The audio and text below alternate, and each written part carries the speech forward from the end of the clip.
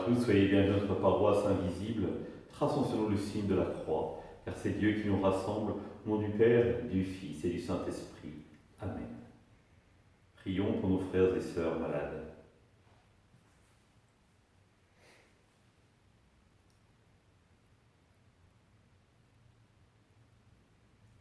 Prions pour les soignants et tous ceux qui œuvrent pour le bien commun.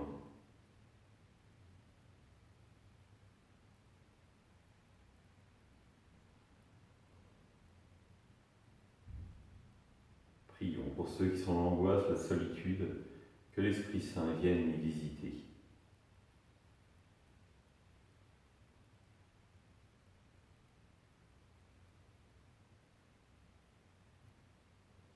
Pour manifester notre communion, je vais maintenant allumer cette bougie au cierge pascal.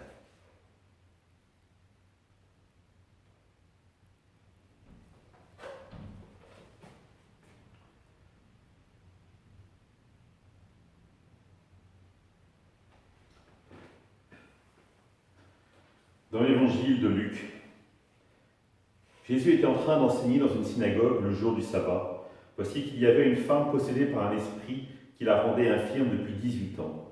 Elle était toute courbée et absolument incapable de se redresser. Quand Jésus la vit, il l'interpella et lui dit « Femme, te voici délivrée de ton infirmité » et lui imposa les mains. À l'instant même, elle redevint droite et rendait gloire à Dieu. Alors le chef de la synagogue, indigné de voir Jésus faire une guérison le jour du sabbat, prit la parole et dit à la foule « Il y a 6 jours pour travailler, venez donc vous faire guérir ces 6 jours-là et non pas le jour du sabbat. » Le Seigneur lui répliqua « Hypocrite, chacun de vous le jour du sabbat ne détache-t-il pas de la mangeoire son bœuf ou son âne pour le mener boire?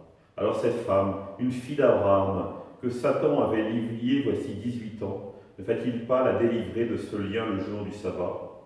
À ces paroles de Jésus, tous ses adversaires furent remplis de honte, et toute la foule était dans la joie à cause de toutes les actions éclatantes qu'il faisait. Acclamons la parole de Dieu, louange à toi, Seigneur Jésus. Frères et sœurs, attention à ne pas juger trop vite ce chef de la synagogue. Évidemment, présenté par Saint Luc, et vu comment Saint Luc le présente, la réponse est immédiate. C'est Jésus qui a raison, et le chef de la synagogue a forcément tort. Mais il souligne quand même un point important. Le sabbat est le jour sanctifié par Dieu. Et de fait, Jésus ne cesse de le sanctifier. La question pour nous est, comment Jésus sanctifie-t-il notre dimanche? Est-ce que véritablement, dimanche est un jour différent des autres, en dehors de la messe? Je suis toujours marqué de voir comment les gens s'habillent normalement le jour du dimanche. Il y a 20 ans, 30 ans de cela, on s'endimanchait parce que c'était le jour du dimanche et il était important de marquer une différence, une rupture finalement par rapport aux journées précédentes pour bien montrer finalement que ce jour était consacré à Dieu. La deuxième question que nous pouvons nous poser, est-ce que le repas est différent? Est-ce que véritablement nous mettons en valeur le repas et nous le déployons? J'ai eu la chance de vivre avec les moines de Bellefontaine. La nourriture était assez austère, jamais de viande, beaucoup de légumes et en dessert tout le temps une pomme. Sauf le dimanche et les jours de fête de solennité où le repas était toujours amélioré. Parce que les moines considéraient justement que la fête liturgique rimait aussi avec la fête de la communauté. Et ce que nous vivions à l'Église, nous devions aussi le vivre au niveau de la communauté. Et donc ça nous interpelle peut-être sur notre repas du dimanche. Est-ce que c'est véritablement un jour que nous solennisons, où nous sortons la belle vaisselle, peut-être la belle nappe, où nous cuisinons davantage? Enfin, est-ce que c'est véritablement un jour de partage où l'amour est premier? Ou autrement, est-ce que chacun vaque à ses occupations, les enfants parce qu'ils n'ont pas encore fini leurs devoirs, les parents parce qu'ils ont peut-être des tâches administratives ou des cours à préparer? Non. Est-ce que véritablement le dimanche est un jour de communion avec Dieu, mais aussi un jour de communion les uns avec les autres?